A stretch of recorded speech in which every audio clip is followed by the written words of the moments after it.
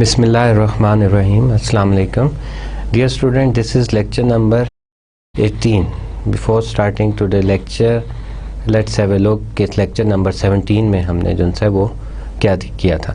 Lecture number 17 जो है that was based on chapter number 9 जिसमें हमने पढ़ा था tangible assets like plant assets and intangible assets के बारे में. तो उसमें हमने क्या पढ़ा था कि प्लांट एसेट्स क्या होते हैं जिनकी लाइफ जो सी है बिजनेस ऑपरेशन के लिए लॉन्ग लाइफ जो से एसेट्स होते हैं उनको हम क्या कहते हैं कि that is consider under the plant assets. और मेजर कैटेगरी जो सी है हमने एसेट्स की दैन पढ़ी थी जिसमें हमने कहा था टेंजिबल एसेट्स हैं, इंटेंजिबल एसेट्स हैं और नेचुरल रिसोर्सेज जो से. टेंजिबल वो थे जो आपको बताया था कि जिनको जो है फिज़िकल एग्जिस्ट करते हैं, जिनकी लाइफ जो है वो that is more than 1 year जो है वो हो. और इंटेंजिबल एसेट जो हैं दे फिज़िकली एग्जिस्ट नहीं करते और क्या किया जाता है कि वो एसेट जो से लाइक पेटेंट्स राइट्स जो से हैं these are the intangible assets. उसके बाद जो है नेचुरल रिसोर्सेज की बात की कि कोई साइट जो सी है वो एक्वायर कर ली जाती है for the purpose of extracting oil जो है मिनरल्स, उसके अलावा टिम्बर के लिए एंड सो ऑन. और फिर हमने कहा कि अकाउंटेबल इवेंट्स जो हैं वो क्या हो सकते हैं कि एक्विजिशन की जाए, एक्विजिशन जब एक्वायर किया जाता है उसके बाद जो है डेप्रिसिएशन अकोमुलेट की जाती है and then you salvage value जो है वो काउंट की जाती है and then you sell out the assets. और acquisition of the plant assets के उसको कैसे जो है वो एक्वायर किया जाता है. देन डिटर्मिंग द कॉस्ट कैसे जो है वो डिटर्मिन की जाती है. उसमें हमने जो है स्पेशल कंसिडरेशंस ली थी लैंड के लिए कि लैंड जब परचेज़ की जाती है तो उसका जो भी कमीशन जो है वो पे किया जाता है that's come under to the head of the land charges, जो लीगल फ़ी पे की जा रही है, clearing grading and so on. तो काफ़ी डिटेल से हमने पढ़ा था. उसके बाद हमने पढ़ा था कि जो इम्प्रूवमेंट ऑफ लैंड को जो इम्प्रूव किया जाता है उसमें रास्ता बनाया जा रहा है, उसके बाद उसकी लैंडस्केपिंग की है, ये सारी चीज़ें जो है सेपरेट काउंट की जाती है. बिल्डिंग जो है उसके बारे में हमने पढ़ा था कि व्हेन वी एक्वायर बिल्डिंग तो before shifting to the building for the use उसकी जितनी रिपेयर मेंटेनेंस होती है that will charge to the cost of the building. But one thing is kept in mind that is before shifting into the building or before using the building उसमें जितनी भी repair maintenance की जाएंगी. अगर आप building में shift हो गए और उसके बाद कर रहे हैं तो that will charge to the repair and maintenance. Then equipment related interest, insurance and the property tax are treated as the expense for the current period. Equipment जब भी परचेज़ किया जाता है तो उसमें जितने भी टैक्सेस या इंश्योरेंस पे की जाती है that is charged to the expense account for that year. Allocation of the lump sum purchase, lump sum purchase जब की जाती है किसी भी एसेट्स की लाइक एक जो है वो फार्म हाउस जो है वो बाई किया जा रहा है जिसमें बिल्डिंग भी थी, लैंड भी थी, एनिमल्स भी थे, शेल्टर्स भी थे. तो ये सारी चीज़ें जो है जब इस किस्म की परचेज़ की जाती है एसेट की तो इनको सेपरेट एलोकेट किया जाता है. लैंड को अलग, शेल्टर को अलग, बिल्डिंग को अलग किया जाएगा और एनिमल्स जो परचेज़ किए जाते हैं उनको अलग किया जाता है. और देन फेयर मार्केट वैल्यू जो है उनकी कंसिडर की जाती है किसी स्पेशलिस्ट से या उस एरियाज़ में जो स्पेशलिस्ट अवेलेबल होते हैं. गवर्नमेंट जो है उसमें हेल्प करती है तो आप उसकी फेयर मार्केट वैल्यूएशन जो है वो करवाते हैं. उसके बाद कैपिटल एक्सपेंडिचर और रेवेन्यू एक्सपेंडिचर के बारे में हमने पढ़ा था कि कैपिटल एक्सपेंडिचर वो एक्सपेंडिचर जिनकी लाइफ जो सी है जो आपको बेनिफिशियल हो मोर देन 1 ईयर तो वो आपके कैपिटल एक्सपेंडिचर होते हैं. जिनकी यूटिलाइजेशन या जो आपको बेनिफिट दे सकते हैं रेवेन्यू जनरेट करने के लिए that for more than 1 year so those expenses are capital expenditure और उसको एज एन एसेट ट्रीट किया जाता है. और जिस तरह वो यूटिलाइज़ कर लिए जाते हैं या यूटिलाइज़ किया जाता है उन एक्सपेंसेस को तो उनको जो है एज एन एक्सपेंस जो है पुट कर दिया जाता है कैपिटल एक्सपेंडिचर को. उसके बाद रेवेन्यू एक्सपेंडिचर वो होते हैं जिनकी utilization for a short period less than 1 year होती है और उसको आप क्या करते हैं कि डायरेक्ट चार्ज करते हैं इनकम स्टेटमेंट में as an expense. And then we have studies the methods of depreciation के डेप्रिसिएशंस के मेथड्स, उनसे स्ट्रेट लाइन डेप्रिसिएशन मेथड पढ़ा था वो कि स्ट्रेट लाइन जो है वो क्या होता है, डेप्रिसिएशन का मेथड्स के सिंपल हमने क्या किया था कि the cost of the assets minus salvage value divided by number of useful life of the that assets, तो हमारे पास जो है पर ईयर जो है वो डेप्रिसिएशन आ जाती है। देन फ्रिक्शंस की जो बात की गई थी, frictions depreciation for the friction period 2 month, 3 month, 7 months, 9 months, तो उसको कैसे किया जाएगा, तो हमने क्या किया कि 1 ईयर की डेप्रिसिएशन निकाल के पर मंथ की निकाल के and don't multiply by its to the number of months, और अगर नंबर ऑफ डेज में निकालनी हो तो then we divided it by 360 and multiply by the number of days. अच्छा, इसमें एक बात याद रखें कि यूजली जो है हम 365 के बजाय 360 डेज जो है वो यूजली डिवाइड किए जाते हैं, क्योंकि 1 month is consider to be 30 days, तो समटाइम 360 डेज, समटाइम 365 डेज, तो जो भी आपको क्वेश्चन में मेंशन किया गया हो कि 360 डेज से डिवाइड करना है या consider year is consist of the 360 days, तो 360 डेज कर लेंगे, अगर 365 लिखा होगा तो 365 डेज पे कैलकुलेट कर ली जाएगी। उसके बाद जो है हमने सेकंड मेथड पढ़ा था डिक्लाइनिंग बैलेंस मेथड जो है, जिसमें हमने ये एज्यूम किया था या हमने ये लर्न किया था कि जो एसेट है वो आपको ज़्यादा बेनिफिट्स देता है फॉर रिसेंट ईयर, जो जब आपने एसेट जो है परचेज़ की है तब आपको वो ज़्यादा बेनिफिट दे रहा है as compare to the next year. उसमें एक एग्जांपल दी थी कि जिस तरह आप कहते हैं एक गाड़ी जो है परचेज़ करते हैं तो उसकी फ्यूल कंजम्पशन जो है फर्स्ट ईयर में बहुत अच्छी होती है, बहुत कम जो है फ्यूल कंज्यूम करती है, उसकी परफॉर्मेंस जो है वो अच्छी होती है in as compare to the next year उसकी परफॉर्मेंस कम होती है। As you utilise the assets machinery plant and equipment, तो क्या किया जाता है कि उसकी एफिशिएंसी जो है वो डिक्लाइन की जाती है। तो डिक्लाइनिंग बैलेंस मेथड में क्या होता है कि जो रिटर्न डाउन वैल्यू आपकी आती है, जो बुक वैल्यू आपके पास आती है आफ्टर माइनस द कम्युलेटेड डेप्रिसिएशन, उस पर डेप्रिसिएशन चार्ज की जाती है and that is usually the double. उसमें हमने फार्मूला क्या यूज़ किया था 2 × 1 over the useful life of the assets, तो वो डबल जो है वो चार्ज की जाती है। फाइनेंशियल स्टेटमेंट डिस्क्लोजर में हमने पढ़ा था कि जी क्या कैसे किया जाता है, वो एक्सटर्नल ऑडिटर से जो है मेथड जो है वो अडॉप्ट करवाया जाता है कि कौन सा मेथड जो है वो अडॉप्ट किया जाए, एसेट्स को डेप्रिसिएशन जो है वो किस मेथड्स पे चार्ज की जाए, स्ट्रेट लाइन मेथड या declining method, it depend upon company to company. और अगर रिवाइजिंग डेप्रिसिएशन रेट होगा, उसमें क्या हमने स्टडी किया था कि कुछ अरसे के बाद आपको इन्फॉर्मेशन मिलती है या कोई ऐसी इन्फॉर्मेशन आई जिस पे आपने रिवाइज़ किया अपना decision, revise in that sense कि आपने कहा कि जी यूज़फुल लाइफ जो है वो कम हो गई है या ये चीज़ जो है उतने पैसे की नहीं बिक सकती या जो सैल्वेज वैल्यू आपने कैलकुलेट की थी उससे कम पे बिकेगी, तो आपको अपना डिसीजन जो है वो रिवाइज़ करना पड़ा। तो रिवाइज़ करने में भी हमने जो है एग्जाम्पल की थी। Then we have study the impairment of the assets. Impairment of the assets में हमने देखा था कि एसेट को अगर आपने डिस्पोज ऑफ करना है तो वो कैसे किया जाएगा और उसकी एंट्रीज कैसे की जाएंगी, उसका प्रॉफिट होगा तो कैसे रिकॉर्ड करेंगे, लॉस होगा तो कैसे रिकॉर्ड करेंगे। बुक वैल्यू से ज़्यादा कीमत पे अगर चला गया तो दैन इट इज़ प्रॉफिट, अगर बुक वैल्यू से कम पे गया तो दैन इट्स मीन लॉस, और अगर वो आपका इक्वल टू बुक वैल्यू गया तो then it's mean no profit no loss. जो साल्वेज वैल्यू आपने कैलकुलेट की थी उसी पे आपका एसेट जो है वो चला गया था।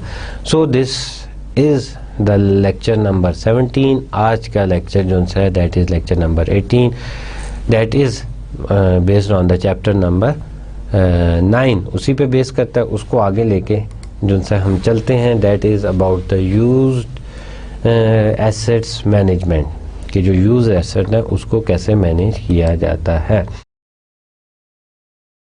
Trading in used assets for new one. अब होता क्या है कि जब आपका एसेट जो है वो यूटिलाइज हो रहा है या आपने सपोज आपने कंप्यूटर्स जो है वो ख़रीदे अपनी कंपनी के लिए काम करने के लिए, और दैट आप ऐसा बिज़नेस कर रहे हैं जिसमें आपको नए कंप्यूटर्स की ज़रूरत होती है, लेटेस्ट टेक्नोलॉजी की ज़रूरत होती है। अब 3-4 साल गुजरे, उसके बाद जिस पर्पस के लिए या जो आप ऑपरेशन कर रहे थे कि जो काम कर रहे थे उसमें उसी काम के करने के लिए लेटेस्ट टेक्नोलॉजी आ गई है। अब वो कंप्यूटर जो है आपके लिए एब्सोल्यूट हो चुके हैं, लेकिन अगर वो आप ओपन मार्केट में सेल करते हैं तो मे भी कोई और कंपनी जो है उसको किसी और पर्पस के लिए यूटिलाइज कर सकते हैं, उसकी वर्थ जो है वो अवेलेबल है। तो अब आप क्या करते हैं कि जो कंप्यूटर आपके पास अवेलेबल थे आप सेल कर देते हैं उसी कंपनी को जिससे आपने नए कंप्यूटर बाय कर रहे हैं। तो इन एक्सचेंज क्या करते हैं कि आप पुराने कंप्यूटर दे देते हैं, नए कंप्यूटर ले लेते हैं और कुछ पैसे जो है एक्स्ट्रा उनको पे कर देते हैं। तो इसको कहते हैं कि trading in used asset for new one. Accounting depend upon whether assets are similar or dissimilar. अब क्या होता है कि जो है अकाउंटिंग तो आपकी चलेगी, अकाउंटिंग तो आपने रिकॉर्ड करनी है, उसमें क्या कि इधर that are similar or not similar. Aeroplane for aeroplane के अगर आपके पास एरोप्लेन थे तो एरोप्लेन को एक्सचेंज किया आपने एरोप्लेन से, या फिर जो है ट्रक फॉर द एरोप्लेन कि आपके पास ट्रक था, आपने ट्रक जो है वो सेल आउट किया और उसके बाद एरोप्लेन ले लिया। कंप्यूटर से तो कंप्यूटर से कंप्यूटर को सेल आउट कर दिया। या आप क्या करते हैं कि जिस तरह you use to do the mobile, अपने मोबाइल को आप किसी दोस्त का मोबाइल पसंद आ जाता है, लेटेस्ट मॉडल है, आप कहते हैं कि अच्छा चलें, या किसी दुकानदार के पास जाके आप अपना पुराना मोबाइल जो है वो सेल आउट कर देते हैं, मतलब पुराना मोबाइल देते हैं और उसके अगेंस्ट आप नया मोबाइल जो है ले लेते हैं और कुछ फ्रिक्शन जो है आप पे कर देते हैं। तो this is called the used of the used asset में जो है वो ट्रेडिंग कैसे की जाती है।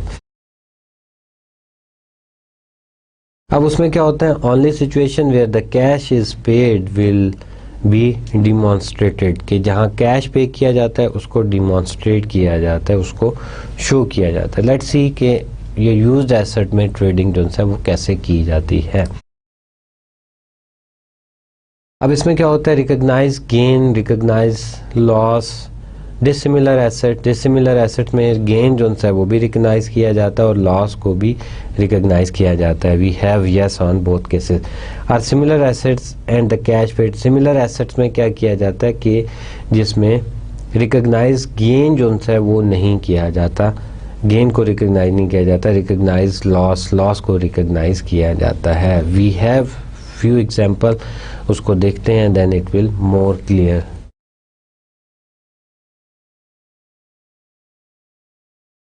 अब इसमें क्या हुआ, trading use asset for the new one, similar asset के example we have one example on May 30th 2003 access company exchange used aeroplane and $35,000 cash for a new aeroplane. अब उसने क्या किया कि एक्सेस कंपनी ने May 30th को 2003 को exchange किया एक एरोप्लेन दिया and then he paid $35,000 for a cash of new aeroplane. The old aeroplane originally cost $40,000. जो old aeroplane था उसकी cost कितनी थी, $40,000, had up to date accumulated depreciation of the $30,000. अब accumulated depreciation उसकी कितनी थी, $30,000 and a fair value of $400.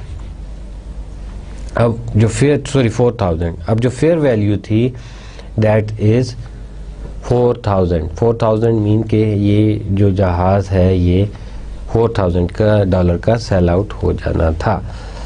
अब एरोप्लेन फॉर एरोप्लेन मीन कि आपने जो आपके पास पुराना एरोप्लेन था, एक्सेस कंपनी के पास पुराना था, उसने वो दे दिया और नया वाला जो एरोप्लेन है वो परचेज़ किया। In addition he has paid $35,000 और जो पुराने उसकी कॉस्ट थी 40 और up to date cumulated depreciation थी 30,000।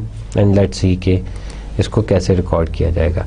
The exchange result in gain loss of 4,000, gain of 4,000 and what's happen, let's see, that is loss of 6,000। अब कॉस्ट क्या थी एरोप्लेन की, the cost of aeroplane is $40,000 जो आपने old one exchange किया। कम्युलेटेड depreciation 30, book value जो सी है वो आपकी कितनी थी, दैट इज़ 10,000। तो अभी जो बुक वैल्यू थी दैट इज़ 10,000 और फेयर मार्केट वैल्यू के मार्केट में ये सेल कितने का हो जाएगा, दैट इज़ 4000। तो 4000 का अगर सेल हो जाता तो हमने वो माइनस किए, तो अब लॉस जो हमारा हो रहा है दैट इज़ 6000। 6000 का जो लॉस हुआ है ये पूरी ट्रांजैक्शन में हमें जो लॉस रिकॉर्ड हुआ है दैट इज़ 6000। के बाद अगर जन से इसकी जर्नल एंट्रीज की जाएं तो वो कैसे की जाएंगी। एरोप्लेन जो नया आपने परचेज किया है दैट इज़ 39,000। अभी आप इसकी प्राइस जो है वो ना लिखें, इट्स मच बेटर। बाद में हम जो है इसको कमुलेट कर लेंगे तो फिर हमें जो है दैट मोर क्लियर हो जाएगा इसको कैसे किया जाता है।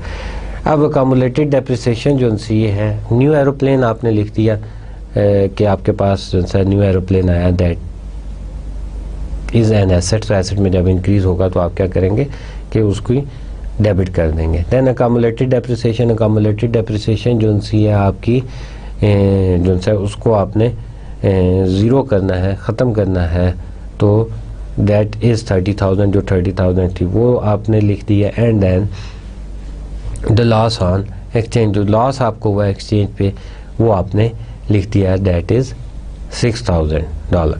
तो अगर प्रॉफिट होता तो आप उसको क्रेडिट कर देते।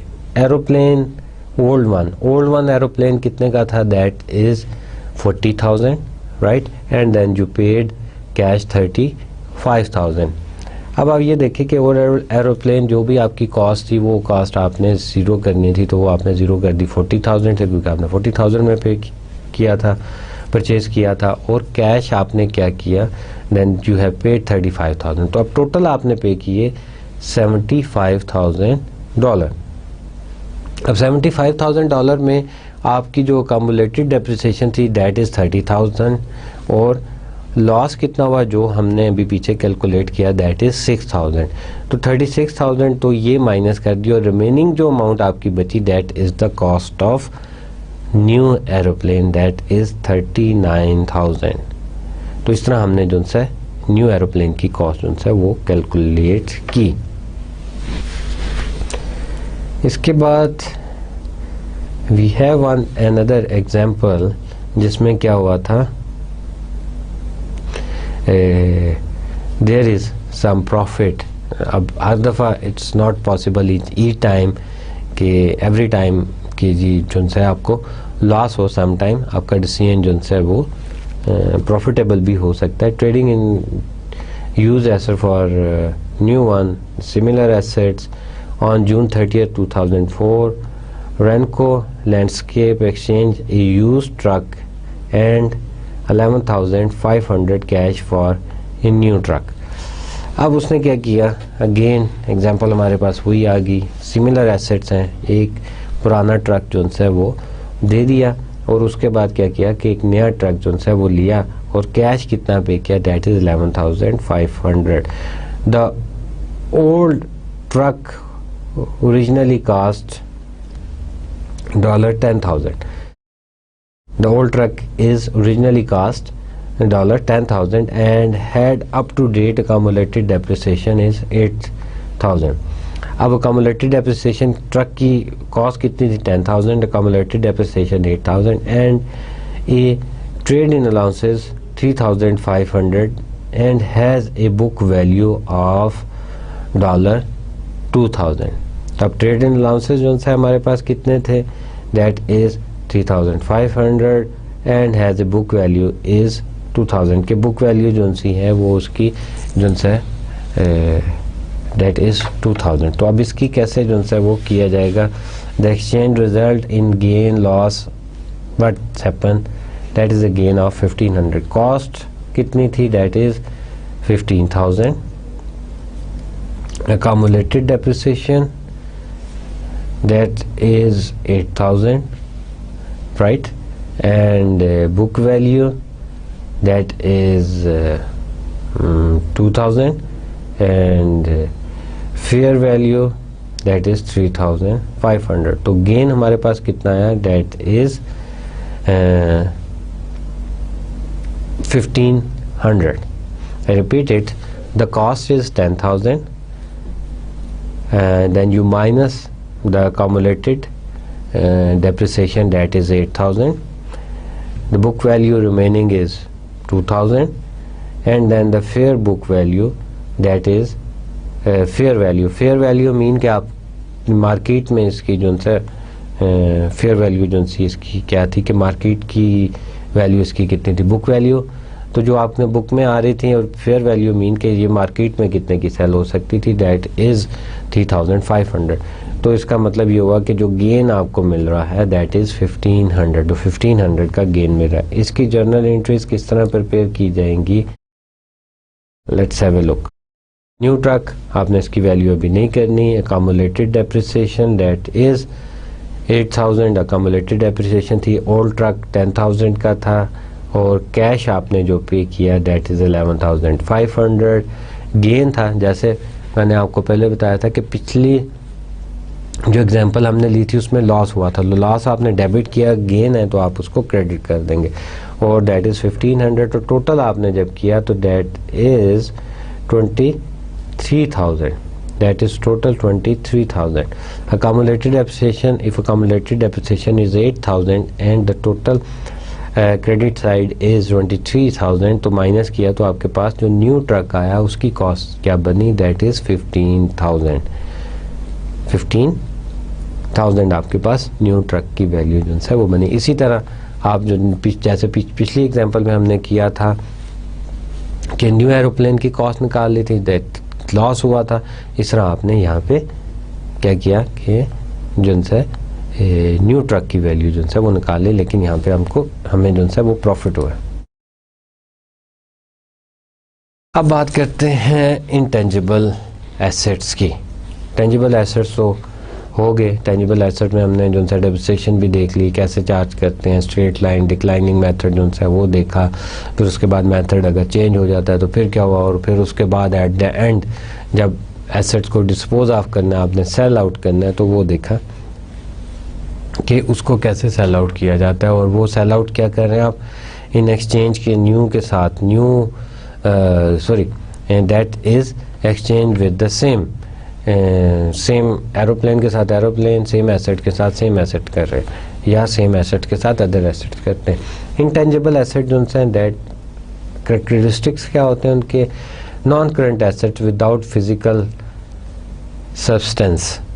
अब intangible assets non current assets को कंसिडर किया जाता है. अब नॉन करंट एसेट जो से हैं इसमें जिस तरह आप ये भी देख सकते हैं कि जो करंट एसेट्स हैं लाइक के आपके प्रीपेड एक्सपेंसेस जो हैं दे आर करंट एसेट्स, और उसके साथ साथ आपके account receivable they are current assets, तो वो इंटेंजिबल एसेट्स में नहीं आएंगे. Non current asset without physical substance. Second इसका करेक्टर क्या है, useful life is often difficult to determine, के जिसमें हमें ये प्रॉब्लम आती है कि इसकी यूज़फुल लाइफ कितनी होगी. Very difficult to measure its useful life, that is more than 1 year, more than 10 year, 40, 50 year. Often provide the exclusive rights और प्रिविलेजेस, कि जो क्या करते हैं कि आपको राइट्स और प्रिविलेजेस प्रोवाइड करते हैं अपना बिजनेस जो है वो अर्न करने के लिए, और रन करने के लिए, प्रॉफिट अर्न करने के लिए.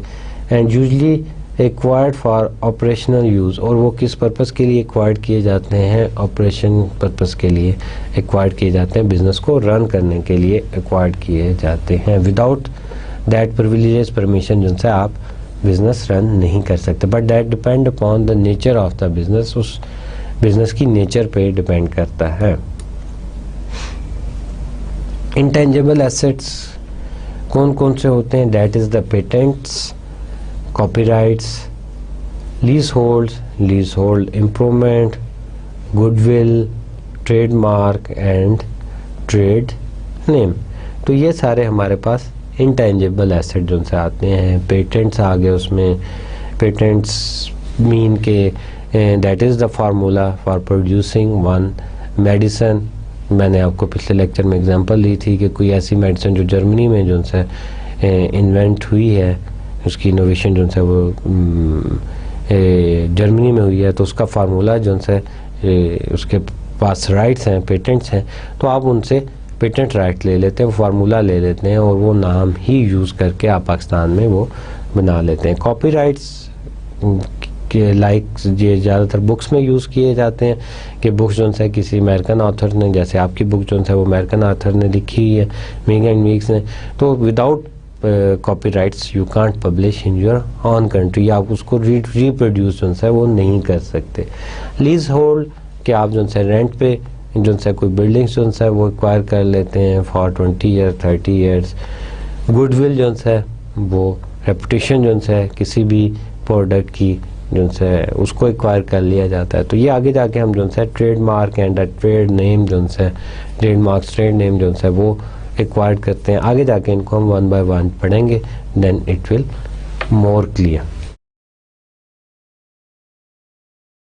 Intangible asset amortized over shorter of the economic life or the legal life subject to a maximum of the 40 years। तो वो कहते हैं कि जो है इसको रीपे किया जाता है, दैट इज़ मतलब उसकी लाइफ जो है वो शॉर्टर कर दी जाती है और लीगल लाइफ जो है सब्जेक्ट टू द मैक्सिमम जो है इसको 40 ईयर्स में अमोर्टाइज किया जाता है। यूज स्ट्रेट लाइन मेथड के स्ट्रेट लाइन मेथड में जो है इसको यूटिलाइज किया जाता है। Research and development cost are normally expense as incur, तो जो उसमें रिसर्च और डेवलपमेंट की कॉस्ट जो सी है उसको हम लोग क्या करते हैं कि that is charge to normally as an expense, उसको एक्सपेंस जो है वो कंसिडर किया जाता है। We start with the goodwill. Goodwill जो सा है जिसको हम उर्दू में साख कहते हैं, इंग्लिश में रेपुटेशन का भी वर्ड जो सा है वो किया जाता है कि लाइक के सोनी जो सा है या पैनासोनिक है, ये इनकी मार्केट में बहुत ज़्यादा गुडविल है। गुडविल कैसे बनाई जाती है? जब प्रोडक्ट को यूज़ किया जाता है उसकी क्वालिटी से उसकी गुडविल जो है वो डेवलप होती है। गुडविल को में क्या चीज़ें डिस्कस करेंगे? Occurs when one company buys another company, कब गुडविल जो है वो अक्कर होती है। इंटेंजिबल एसेट्स आपका कब बैलेंस शीट में शो किया जाता है? जब एक कंपनी जो है दूसरी कंपनी को बाय की करती है। Only purchase goodwill, goodwill is an intangible asset, को जब परचेज़ किया जाता है तो सिर्फ गुडविल जो है वो इंटेंजिबल एसेट जो है कंसिडर किया जाता है। The amount by which the purchase price exceeds the fair market value of the net asset acquire. अब गुडविल कैसे कंसिडर की जाती है कि जो भी फेयर मार्केट वैल्यू है उससे ऊपर जितनी भी कीमत आप लोग जो भी अमाउंट आप दे रहे होते हैं, that is the amount of goodwill. जो भी एसेट्स की जो है मार्केट वैल्यू बनती है उससे ऊपर जितनी भी कीमत दी जाती है उसको गुडविल का नाम जो है वो दिया जाता है। गुडविल किन वजूहात की बिना पे बनती है? Positive attribute of the goodwills are favourable reputation, और मतलब मार्केट में उसका एक अच्छा नाम है। पॉजिटिव मार्केट शेयर, मार्केट में जो है शेयर्स जो है उसके बहुत ज़्यादा हैं। पॉजिटिव एडवर्टाइजिंग इमेज की, उसका एडवर्टाइजिंग इमेज जो है वो बहुत अच्छा है, but they are advertising, they provide such a quality to the client. Reputation of the high quality and loyal employee is कि जो क्वालिटी है प्रोडक्ट की वो बड़ी अच्छी मेंटेन की जाती हैं। सुपीरियर मैनेजमेंट, उसको बड़ा अच्छा मैनेज किया जा रहा है। Manufacturing and the other operating efficiency, कि उसको कि उसकी जो मैन्युफैक्चरिंग है और ऑपरेटिंग एफिशिएंसी है वो बहुत अच्छी है। तो इन सब चीज़ों को जब एक कंपनी ऐसी कंपनी को बाय करने जा रही है जिसमें ये सारी क्वालिटीज़ हैं, तो लाजमी बात है कि वो अपनी कंपनी को सेल करने से पहले जब सेल करेगी तो दैट नीड मोर मनी और दैट रिक्वायर्ड मोर मनी, किससे? जो उसके पास एसेट जो है उससे ज़्यादा उसकी ख्वाहिश होगी कि पैसे जो है वो लिए जाएँ। We have one example, AD company paid $1 million to purchase of all of James Company assets and assume liability of $200,000. The acquired assets were appropriate at a fair market value of 900,000. अब हुआ क्या कि AD ने जो है वो पे किए, परचेज किए कितने, $1 मिलियन जो है वो पे कर रहे हैं किसको, that is to James company को to assume all the liabilities कितनी है, दैट इज़ 200,000 की लाइबिलिटीज़ है एंड एसेट की जो वैल्यू है दैट इज़ 900,000 में से अगर आप माइनस कर देते हैं लाइबिलिटीज़ तो आपके पास कितने बचे, दैट इज़ 700,000. तो but he is paying 1 million पे कर रहा है. तो इसका मतलब ये हुआ कि जो एडी है ही इज़ पेइंग 300,000 एक्स्ट्रा. तो AD is paying 300,000 extra for purchasing the company. So वो 300,000 is the goodwill of the company. What amount of the goodwill should be recorded on AD company books? तो कितनी record की जाएंगी, that is 300,000. Fair market value of the assets कितनी आपके पास आ गई, that is the 900,000. Debt assume जो लाइबिलिटीज़ हैं जो उसने पे करनी है डेट इज़ 200,000. तो नेट फेयर मार्केट वैल्यू जो सी है that is the 7,000. What he is paying for purchasing of this company that is 1 million. So the difference is 300,000. तो 300,000 जो सा वो पे कर रहा है दैट विल द गुडविल. तो जो भी अगर आपको double entry accounting book keeping system याद हो, double entry book keeping system, तो उसमें क्या होता है कि जो भी अमाउंट, जो भी रिसोर्सेज होते हैं and what the resources are provided by, where it is provided by, जो भी प्रोवाइडेड किए जा रहे होते हैं और जो कंपनी रिसीव करती है दैट शुड बी इक्वल. तो अगर एसेट्स को लाइबिलिटी उसमें से माइनस कर दी तो देन वी हैव $700,000. तो $300,000 कहाँ जाएंगे, दैट इज़ द गुडविल. इस तरह गुडविल जो है वो कैलकुलेट की जाती है. उसके बाद इंटेंजिबल एसेट्स, पेटेंट की बात करते हैं. गुडविल के बाद हमारे पास पेटेंट जो है वो आ गए. Exclusive right granted by the federal government to sell or manufacture an invention.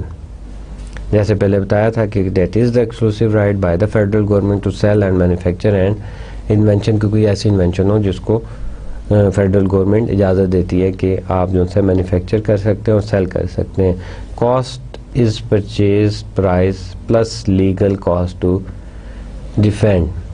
अब जो कॉस्ट जो आपने परचेज़ की है और जो लीगल कॉस्ट जो सी थी उसको जो परचेज़ करने में वो जो है कॉस्ट में चार्ज होगी. Amortize cost over the shorter of the useful life or 17 years. Amortization cost जो सी है जो आप उसको चार्ज करेंगे that is shorter of the useful life. मतलब अगर यूजफुल लाइफ उसकी या तो मैक्सिमम 17 ईयर्स तक जो सा उसको यूटिलाइज़ करेंगे या फिर अगर उससे शॉर्टर उसकी लाइफ है तो उतना चार्ज कर देंगे. That should not be greater than 17 years. तो 17 ईयर्स से ज़्यादा उसको चार्ज नहीं करेंगे. पेटेंट्स की बात करते हैं. Assume that the patent is purchase from the investor at a cost of $100,000. अब आपने पेटेंट जो है वो परचेज़ किए हैं, उसकी कॉस्ट कितनी है, that is 100,000. After 5 year of legal life has expire. कि जो अपना 5 साल जो है उसके इसकी लीगल लाइफ जो है वो एक्सपायर हो चुकी है, that is already utilize. Therefore the remaining legal life is the 12 year. अब जैसे हमने पिछली जो स्लाइड में पढ़ा था कि जो मैक्सिमम अमोर्टाइजेशन होगी दैट इज़ फॉर 17 years. तो 5 year, if we have utilized the 5 year, then the remaining are 12 year.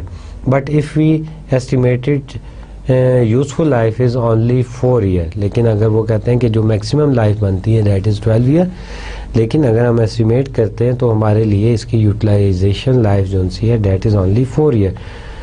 Amortisation should be based on this shorter period. Amortization क्या होगा, शॉर्टर पीरियड पे यूज़ मतलब बेस करेगी as per law. The entry to record this amortization is amortization expense patents 25,000 and that the patent is credited to 25,000। तो general entry जो हमारी record की जाती है that is 25,000 and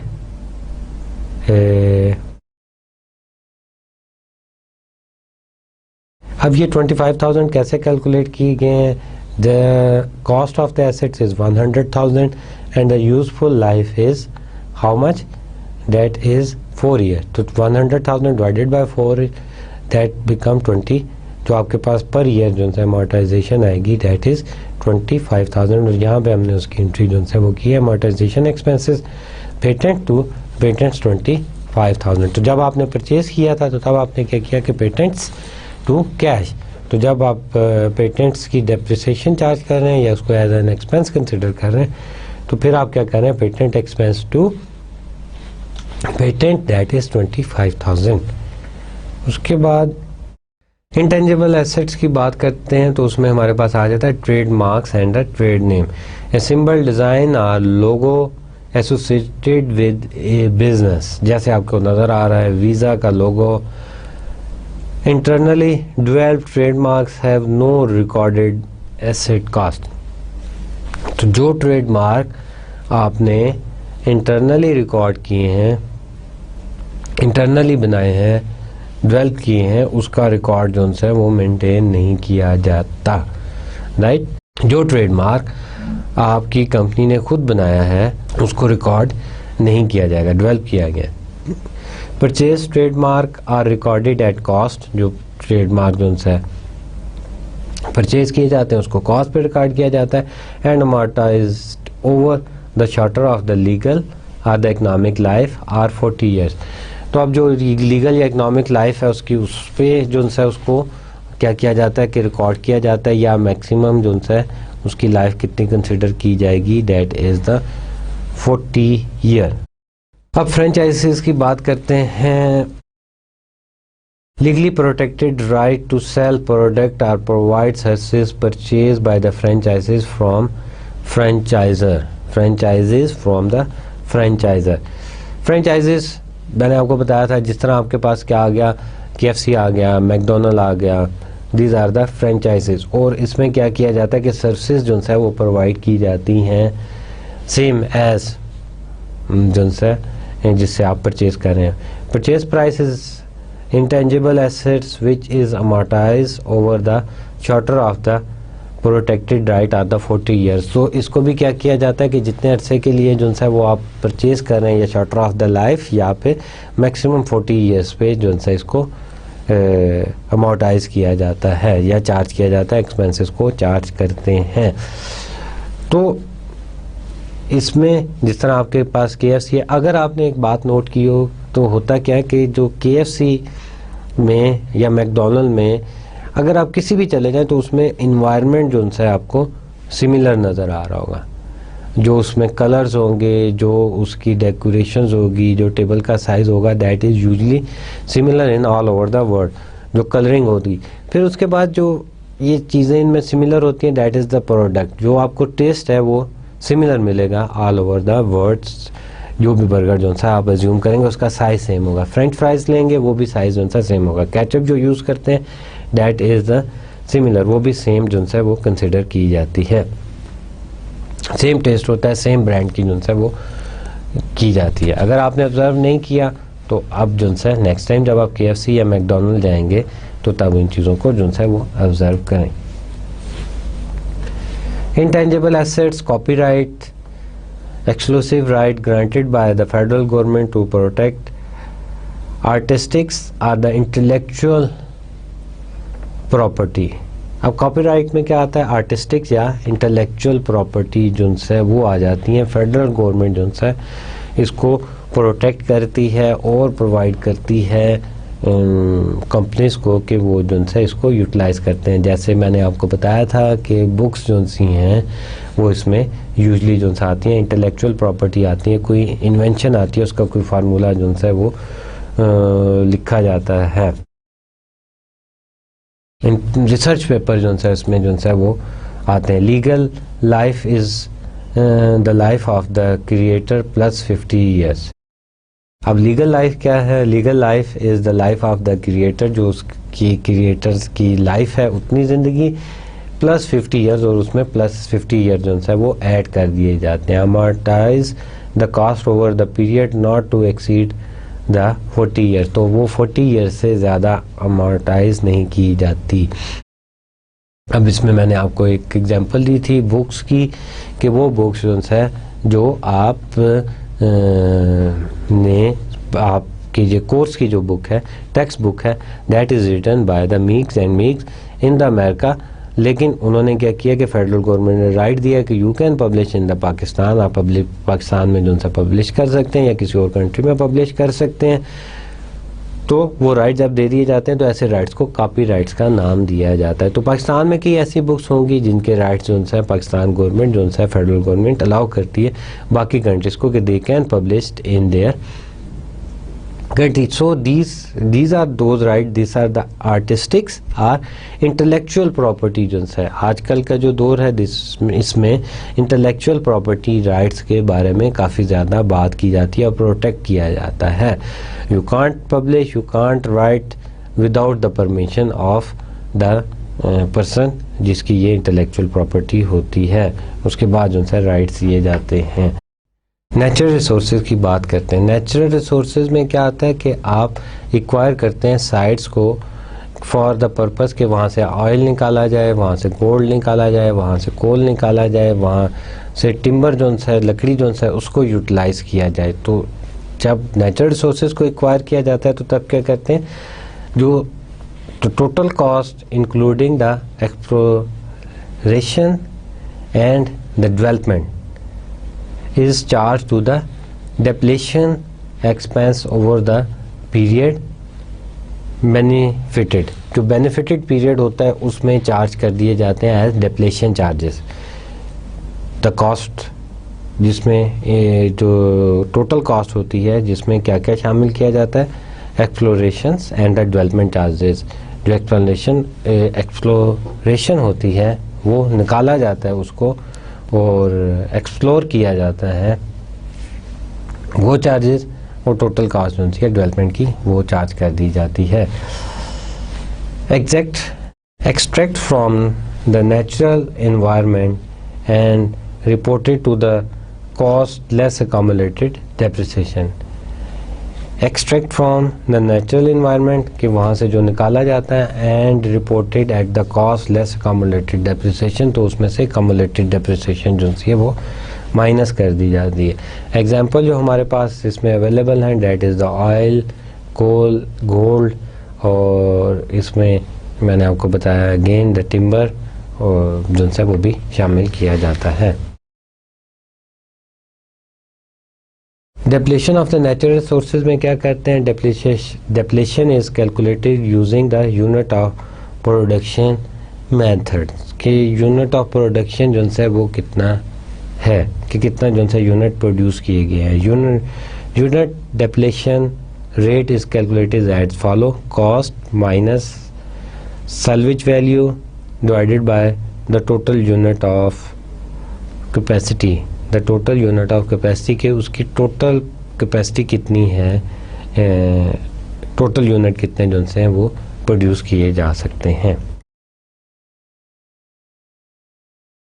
depletion of natural resource से total depletion cost for a period is unit depletion rate into number of the unit extracted in period. अब depletion rate जो सा आपके पास वो आ गया और उसके बाद आपने क्या किया कि जितने यूनिट्स आपने एक्सट्रैक्ट किए हैं फॉर ए स्पेसिफिक पीरियड, वो आप चार्ज कर देंगे डेप्लेशन चार्जेस को। Total depletion cost, inventory for sale, and then the cost of good sold and unsold is the inventory. Total depletion cost जो सी है वो आपने कैलकुलेट की, then the inventory for sale, inventory is available for sale, and then जितनी आपने sell out कर दी then उसको आपने क्या कर दिया, कॉस्ट ऑफ गुड सोल्ड में ले गए, and unsold is you put into the inventory, आपने इन्वेंट्री में उसको मेंशन कर दिया। Depletion of natural resources, specialized plant assets may be required to extract the natural resources। उसके लिए क्या होता है कि स्पेशल प्लांट और जो है इक्विपमेंट्स जो है आपको ज़रूरत होते हैं। जैसे ऑयल की जो कंपनीज होती हैं दे आर स्पेशलाइज, उसके लिए स्पेशल जो है इक्विपमेंट्स की ज़रूरत होती है। These assets are recorded in a separate account and depreciated. अब उसके लिए ऑयल निकालने के लिए जो भी मशीनरी इक्विपमेंट्स आपको चाहिए होता है उसको आप सेपरेट मेंशन करते हैं और सेपरेट उसके लिए डेप्रिसिएशन जो सी है वो प्रिपेयर की जाती है। अगर आपने जो है टिम्बर करना है या गोल्ड जो है वो उसको निकालना है पहाड़ों में से, तो उसके लिए आपको स्पेशल मशीनरी जो है वो यूटिलाइज होगी, तो उसको एज सेपरेट मेंशन करेंगे और सेपरेट जो है डेप्रिसिएशन उसकी चार्ज की जाती है। नेचुरल रिसोर्सेज में we have one example, assume that the Rainbow Minerals pay $45 million to acquire huge amount to acquire the Red Valley mine that has 100 million tons of the coals. The residual is estimated to be $5 million. The depletion over life is of 40 million and rate is $4 per million. Assume that 2 million tons are mined during first year, so prepare the journal entry. This is the information which we have. उसकी journal entry जो है वो हमने करनी है। This is कैसे की जाएगी?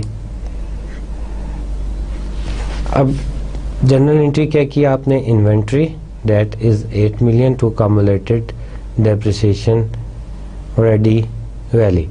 तो जो आपके पास journal entry that is based on this information, that is you are paying 45 million to acquire the Red Valley mines that has 10 million tons of the cost. The residual is estimated to be 5 year पे estimate किया जाता है। The depletions over life is the 40 million and the rate is the 4 per million, 4 जो है million per year जो है वो depletion charge की जाती है।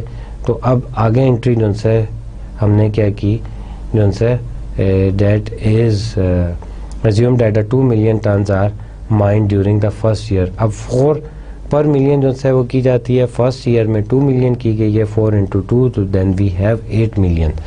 Inventory to accumulated depreciation Red Valley that is 8 million। अब बैलेंस शीट में क्या होगा? That is the property plant and the equipment. उसमें हमारे पास जो है that is meaning properties Red Valley cost आपने कितनी पे की? That is $45 million less accumulated depreciation। accumulated depreciation mean that in 1 year आपने कितने उसको निकाला या यूटिलाइज किया, that is 8 million। 8 million minus किया then remaining balance is the 37 million जो आपका बैलेंस शीट में आएगा। Then the unit of output method जो से सेकेंड मेथड जो हम यूटिलाइज करते हैं that is the unit of output methods. The cost per unit of output is the cost minus residual value estimated unit of output के कितने unit जो है वो आपके निकाले जाएंगे। Depreciation expense is equal to the cost per unit of output into the number of unit produced। तो depreciation कैसे की जाएगी? The cost per unit of output into the number of unit produced। We have one example, the unit of output methods। इसमें consider S&G delivery truck which cost $17,000 and has a estimated salvage value of $2,000. Assume that S&G plans to retire this truck after it has been delivered 10,000 mile. Calculate the depreciation rate. अब क्या हुआ, S&G ने जो है वो truck जो है वो एक परचेज़ किया, उसकी कॉस्ट कितनी थी, that is $17,000 and has estimated salvage value 2000 के जब इसकी लाइफ एक्सपायर हो जाएगी तो उसके बाद ये 2000 में सेल आउट हो जाएगा. Assume that as a plan to retire. अब उसने कहा, उन्होंने क्या किया कि उन्होंने कहा कि जी ये 100,000 माइल से अब ये चल जाएगा तो तब हम इसको सेल आउट कर देंगे. तो हमने फार्मूला क्या पढ़ा था, that is the cost minus salvage value divided by the number of unit output method जो है उसमें नंबर ऑफ यूनिट कंज्यूम्ड या टोटल जो से number of not number of unit consume the total number of unit they estimate इसकी जो useful life होगी वो. तो दैट इज 100,000. लेट्स सी कि ये कैसे होगा. Cost per unit of output number cost per unit of output के पर यूनिट जो है कॉस्ट हमें क्या पड़ रही है, that is cost minus residual value divided bye estimated unit of output. तो कॉस्ट कितनी थी, दैट इज़ $17,000 जो ट्रक की कॉस्ट थी, और माइनस किया आपने residual value that is $2,000 and divided by जो एस्टिमेटेड यूनिट ऑफ आउटपुट के कितना मैक्सिमम कितना हम इसको यूटिलाइज़ करेंगे या कितना हमने इसको यूटिलाइज़ करने के बाद डिस्पोज ऑफ कर देना, दैट इज़ द 100,000 माइल. तो अब इसके जो कॉस्ट आई है हमें दैट इज़ डिवाइड किया, that is $0.15 depreciation per mile. तो पर माइल अब क्या होगा कि जितना भी ये यूटिलाइज़ करेंगे पर मंथ, अब वो जो सा डेप्रिसिएशन को चार्ज कर दिया गया जितने माइल जो सा इन्होंने यूटिलाइज़ किया. अगर 50 माइल्स किए हैं, 100 माइल्स किए हैं तो 100 इंटू 0.15 आपके पास जो है वो डेप्रिसिएशन एक्सपेंस जो है वो आ जाएगा. और अगर इन्होंने जो है वो चार्ज किए हैं 2000, तो जब ये 100,000 जो है पूरा हो जाएगा तो फिर क्या कर लेंगे कि इसको जो है ये they will going to sell it, उसको सेल कर देंगे. और उसकी वैल्यू उन्होंने कितनी निकाली थी, डैट इज़ $2,000.